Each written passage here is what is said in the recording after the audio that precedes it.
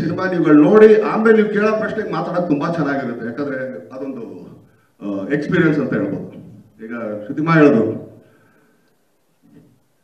ಎಷ್ಟೋ ಜನ ಡೈಲಾಗ್ ಅಲ್ಲಿ ಏನ್ ಹೇಳ್ತಾ ಇದ್ರು ಅಂತಾನೆ ಅರ್ಥ ಆಗಲ್ಲ. ಸುಮಾರು ಜನ, ನಾನು ಹೇಳ್ತೀನಿ ನಂದೇ ಒಂದ್ಸಲಿ ಅರ್ಥ ಆಗಲ್ಲ. ಆದ್ರೆ ಇದ್ರಲ್ಲಿ ಒಂದ್ ಮಾತ್ರ ಹೇಳ್ತೀನಿ, ಹೆಣ್ಣಿಗೆ ತನ್ನ ಹೆಂಡತನದ ಬಗ್ಗೆ ಮಾತಾಡಿದಾಗ ಆ ಹೆಣ್ಣು ಕಣ್ಣಲ್ಲಿ ತೋರಿಸೋ ಒಂದು ನೋವಿದೆಯಲ್ಲ, ಅದು ಅಲ್ಲಿ ನೋಡಿ ಕಲ್ತ್ಕೋಬೇಕು. ನಾನಲ್ಲ ಬರೀ ಕಣ್ಣಲ್ಲಿ ಒಂದಿಷ್ಟು ಮಾಡಿದರೆ ಎಂಥವ್ರಿಗಾದ್ರೂ ಥೂ ಥೂ ಥೂ ಥೂ ಅನಿಸ್ಬಿಡುತ್ತೆ.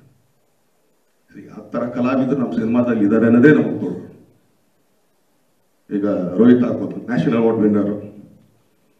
ಆತ ಅವ್ನಿಗೆ ಆಕ್ಚುಲಿ ಒಂದ್ಸಲಿ ಕೇಳ್ಕೊಡೆ, ಸರ್ ಒಂದ್ಸಲಿ ಅವಾರ್ಡ್ ತಂದ್ಕೊಡಿ ಸರ್, ನೋಡ್ಬೇಕು ಹೆಂಗಿರುತ್ತೆ ಅವಾರ್ಡ್ ಅಂತ. ಯಾಕಂದ್ರೆ ನಾವು ಬರೀ ಸ್ಟೇಟ್ ಅವಾರ್ಡ್ ಒಳಗೆ ಇರೋದು, ನಾನು ನ್ಯಾಷನಲ್ಗೆಲ್ಲ ಹೋಗೋದೇ ಇಲ್ಲ. ಸೊ ಕೇಳ್ಕೊಡೆ ಒಂದ್ಸಲಿ ತೋರಿಸಿ ಸರ್ ತಂದು. ಪಾಪ ಅವ್ರು ಮೈಸೂರಿಂದ ಎತ್ಕೊಂಬಂದು ತೋರಿಸೋದು. ಸೊ ಅಷ್ಟೊಳ್ಳೆ ಅದ್ಭುತವಾದ ಕಲಾವಿದರು, ಅವ್ರ ಜೊತೆ ಕೆಲಸ ಮಾಡಿದ್ದು ನಮ್ಗೊಂದಿದ್ದು ಪುಣ್ಯ. ಇನ್ನು ಲಾಸ್ಟ್ ಅಲ್ಲ ಲೀಸ್ಟ್ ಅಂತಲ್ಲ, ಫಸ್ಟ್ ಆಫ್ ಆಲ್ ನಮ್ಮ ಹೀರೋಯಿನ್ ನಾನು ಹೇಳೋದು ಹಾರ್ಟ್ಲಿ ವೆಲ್ಕಮ್ ಅಂತೇಳಿ. ಆಮೇಲೆ ಒಂದು ಹೇಳ್ತೀನಿ ಕೇಳೋದು,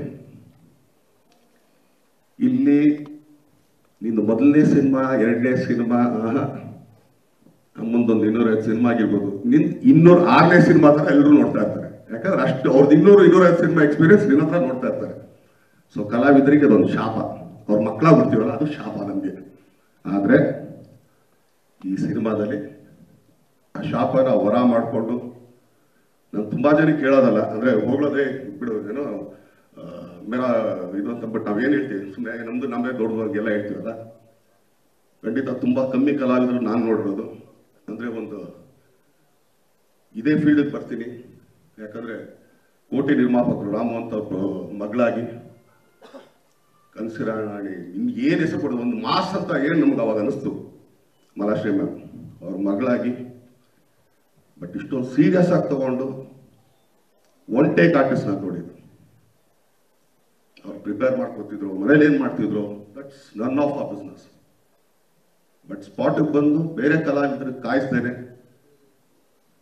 ಪಟ್ ಪಟ್ ಪಟ್ ಪಟ್ ನಾವು ಏನಾಗೋದು, ಯಾಕಂದ್ರೆ ಅನಿಸ್ಬೇಕು ನಮ್ಗೇನೆ.